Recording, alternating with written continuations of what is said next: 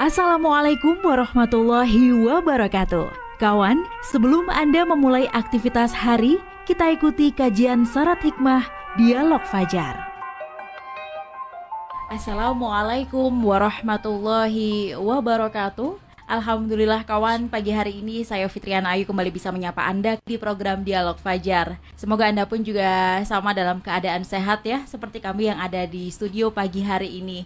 Dan Anda pun juga semoga sudah mengucapkan Alhamdulillah bisa kembali menghirup udara sejuk pagi hari ini, termasuk bisa kembali menyapa keluarga dan menyapa tetangga. Ini terutama untuk Anda yang baru pulang, baru turun dari masjid melakukan ibadah sholat subuh. Langsung kawan, kita juga akan perdalam ilmu agama ya, supaya menjadi pengingat kita dalam berkehidupan sehari-hari. Pagi hari ini sudah hadir Ustadz Mim Saiful Hadi dari Pesantren Al-Quran Nurul Falah, Surabaya. Assalamualaikum Ustadz Mim. Waalaikumsalam warahmatullahi wabarakatuh. Ya Allah, Alhamdulillah ketemu lagi, sehat ya Ustadz? Alhamdulillah sehat, luar biasa, Allah Akbar.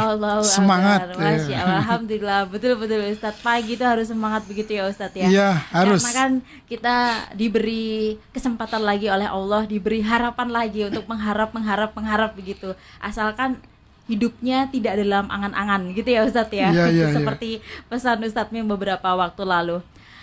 Sesudah hidup dalam angan-angan itu, kalau tidak salah kita juga membahas tentang nasihat untuk yang sedang putus asa. Waktu itu ada dua tips begitu ya Ustadz. Ada dua amalan atau dua yang harus kita lakukan. Curhat pada Allah, kemudian berbuat baik kepada siapapun. Apalagi ya Ustadz ya, kira-kira Ustadz, supaya ini untuk menguatkan begitu Ustadz, tidak jadi putus asa. Selengkapnya bersama Ustadz Mim Saiful Hadi. Terima kasih Mbak Ayu, terima kasih kawan-kawan sekalian rahimakumullah. Alhamdulillah. Alhamdulillahirabbil alamin. Pagi hari ini kita bisa berjumpa kembali, bersua lagi, bertemu lagi. Hati kita terpaut kembali melalui suara yang Allah berikan kepada kita, melalui gelombang yang Allah ciptakan untuk manusia, sehingga kita walaupun tempatnya jauh di seberang sana bisa saling mendengar, berkomunikasi, berinteraksi. Salawat dan salam tersanjung kepada junjungan kita Rasulullah Muhammad SAW beserta keluarga dan para sahabat semuanya.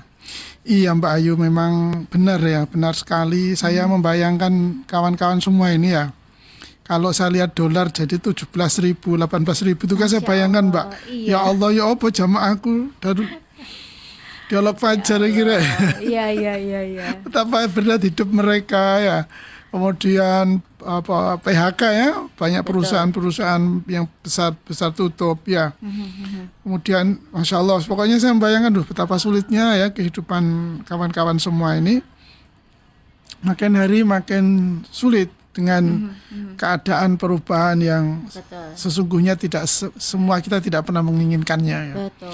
Tapi inilah realitasnya, inilah keadaannya yang mana kita berada di dalam perubahan itu atau dalam keadaan tersebut ya.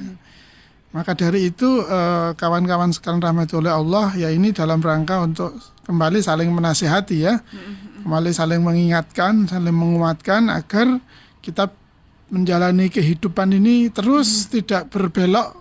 Kita tetap ihdinas siratal mustaqim, kita tetap berada di jalan yang lurus, di jalan yang selamat. Nanti kita berkumpul bersama di hadapan Allah dalam keadaan berbahagia. Amin ya rabbal alamin. Maka bagi kawan-kawan yang sedang dalam kesulitan yang besar ya, baik kesulitan pribadi, kesulitan keluarga, kesulitan ekonomi, perusahaan juga terus dilanda berbagai macam ujian, maka akan saya petikkan sebuah hadis Rasulullah Muhammad SAW yang bunyinya sebagai berikut. Bismillahirrahmanirrahim. An Anas bin Malik radhiyallahu anhu an Rasulillahi sallallahu alaihi wasallam qala an Nabiyyi sallallahu alaihi wasallam qala inna idhamal jazai ma'a idhamil bala'i wa inna allaha idza ahabba qauman ibtalahum faman radiya falahur ridha wa man sakhita falahus sakhatu. Rawahu Tirmidzi. Dari Anas bin Malik radhiyallahu an berkata, dari Nabi Muhammad sallallahu alaihi wasallam dia bersabda, sesungguhnya besarnya balasan tergantung dari besarnya ujian. Dan apabila Allah cinta kepada suatu kaum, dia akan menguji mereka. Barang siapa yang ridho, maka baginya keridhaan Allah. Namun barang siapa yang murka, yang tidak rela, tidak mau menerima, maka baginya kemurkaan Allah. Hadis riwayat Tirmidzi. Kawan-kawan sekalian yang dirahmati Allah, pagi hari ini saya kembali atau kita kembali melanjutkan 2 tips yang pernah kita bahas Mbak Ayu ya. Iya, betul. Saya ingatkan kembali dalam keadaan paling puncak kebuntuan kita ya, kesumpekan kita ya, matinya ide kreatif kita ya untuk mencari jalan keluar dari segala kesulitan yang kita hadapi. Ada 2. Yang pertama adalah mari kita kembali kepada Allah, kita curhat, kita pasrahkan, kita ceritakan kepada Allah, karena Allah lah yang maha penjamin, Allah yang maha memberikan jalan keluar. Dan yang kedua adalah lakukan perbuatan baik. Tetapi apakah sudah cukup ya? Tentu tidak cukup. Tidak cukup tentunya. Maka dari itu pada pagi hari ini akan saya ajak kawan-kawan semuanya kembali menguatkan bahwa saya memang pernah bertemu Mbak Ayu dengan seorang kawan itu. Mereka mendirikan sebuah perusahaan itu mimpinya memang luar biasa. Saya sendiri saya kagumi dia, yaitu saya ingin membantu banyak orang. Gitu. Sehingga kalau saya punya perusahaan atau saya mendirikan perusahaan ini memang niat saya membantu orang. Nah, di waktu berikutnya kan hukum ekonominya kan tetap berlaku ya Mbak Ayu ya. Kalau sudah pada kondisi tertentu mepet, jeduk gitu kan ya, Masya Allah kan, tanggungannya kan juga jadi besar dia. Tanggungan kepada perusahaannya, tanggungan kepada karyawan-karyawan dan pekerjanya, itu kan menjadi tanggung jawabnya dia. Gitu. Ya, sehingga dia tidak cukup memikirkan dirinya dan keluarganya sendiri. Dia mau tidak mau memikirkan bagaimana keluarga dari seluruh pekerja yang ada di dalam tanggung jawabnya. Betul. Nah, itu kan pasti gampang, tidak mudah kan, tidak ringan itu kan. Betul. Kepala satu mungkin tidak cukup itu. Iya. Dipaksa harus siap begitu benar, ya. Benar. Lah, maka dari itu tadi janjinya Rasulullah kan sedemikian besarnya, sedemikian pentingnya, sedemikian pokoknya bahwa yang berikutnya setelah kita melakukan perbuatan baik, yang ketiga adalah yang kita lakukan ini, yang kita cari hanya satu, yaitu ridhonya Allah. Jadi kalau kita diuji oleh Allah itu, sesungguhnya dia sedang diberi oleh Allah jalan, kan itu ya. Jalan yang besar, jalan yang lapang, jalan yang luas untuk mendapatkan keridhaan dari Allah, untuk mendapatkan tumpahan cinta dari Allah, kan itu tadi ya. Cinta dari Allah. Nah, untuk mendapatkan cinta dari Allah ini kan tentu membutuhkan sebuah perjuangan. Nah, ini persoalan yang sesungguhnya kita hadapi, bahwa kita menghadapi perjuangan.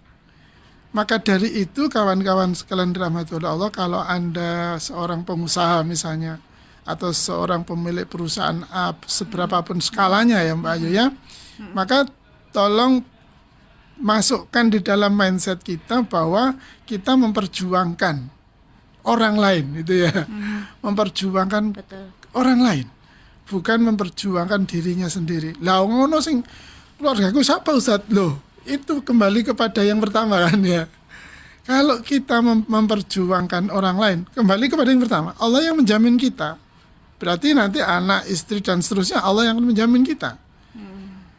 Kalau kita berjuang untuk memperjuangkan kehidupan orang yang ada di dalam tanggung jawab kita, kelompok besarnya adalah karyawan, pekerja yang ada di dalam tanggungan kita, maka itulah jalan yang terberat, jalan yang besar, itu jalan yang terjal, yang itu menjadi tadi janjinya Rasul, menjadi kata kunci, sebesar itu pula Allah akan memberikan balasannya.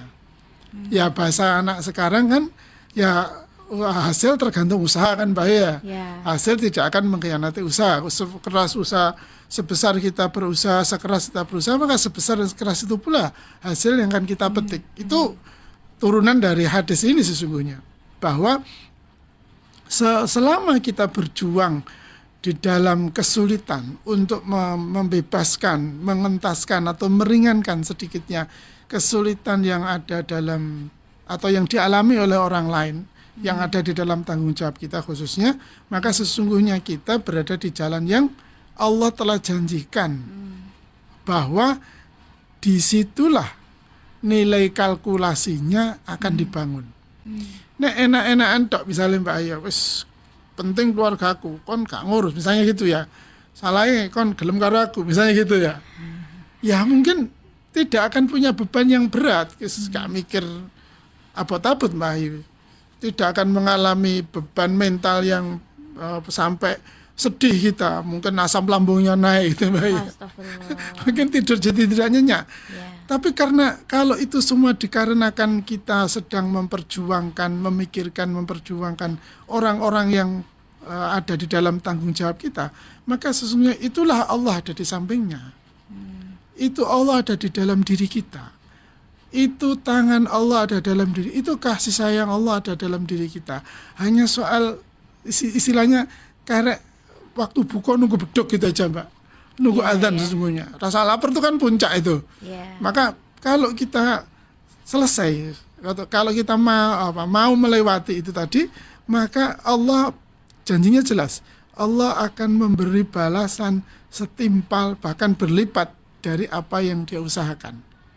Nah, sebaliknya tadi kan, sebaliknya ini, kalau dia diberi ujian oleh Allah, ujian yang berat-berat itu tadi, ujian anak, ujian saudara, ujian keluarga, ujian usaha, dan segala macam ya di kantor dan seterusnya. Terus kemudian dia ini berkeluh kesah, sambatan, ngersulo. Tapi itu kan manusiawi ya Ustaz? Ya memang ini manusiawi. Tapi kan harus dilawan ini. Oh iya. Ya harus dilawan. Jangan dibiarkan. Artinya jangan dibiarkan itu kita menjadi larut. Ya. Agar tidak larut kembali yang awal tadi. Bahwa apa yang kita hadapi ini jika bukan karena kesalahan, kesengajaan kita, memang kita sedang berusaha keras tapi masih juga belum menemukan jalan keluarnya gitu ya. Maka terimalah, hadapilah dengan perasaan yang pertama tadi bahwa ini jalan yang Allah berikan kepada saya. Ini kesempatan yang Allah berikan kepada saya. Maka dari itu kalau sampai berkeluh kesah, ngedumel ya, menyalahkan sana, menyalahkan sini, kemudian sampai naudzubillah dia mendatangi orang pinter katanya gitu ya. Penasihat spiritual atau apalah namanya ya. Kemudian meminta pendapat-pendapatnya dan kemudian justru kesyirikan yang kita dapatkan, petunjuk yang sesat yang kita peroleh, maka ya bubar semua. Bubar, habis semua. Maka hentikan pikiran berkeluh kesah atau perasaan berkeluh kesah sehingga kita mengambil jalan yang belok itu ya. Jalan yang miring atau bahkan jalan yang sesat itu ya. Miring ya tadi tuh berjudi gitu kan ya.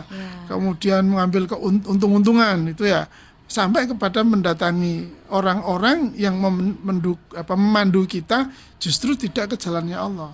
Wis lah pokoknya kon kudu ngene lah. Nasa-nasanya itu jauh dari keridhaan Allah. Maka dari itu hentikan. Sudah kembali saja ke jalan yang pertama tadi. Kita terima, kita hadapkan kepada Allah, kita kembalikan kepada Allah, dan kita terus berjuang senyampang kita punya kemampuan. Maksimal kita keluarkan pikiran kita, kekayaan kita, tenaga kita, hati kita, dan pandulah segala apa yang kita kerjakan itu dengan kepasrahan kepada Allah, dan tentu dengan rasa syukur yang tidak ada hentinya. Syukur diberi kesempatan oleh Allah untuk memikirkan orang-orang gitu ya. Syukur diberi kesempatan untuk memperjuangkan.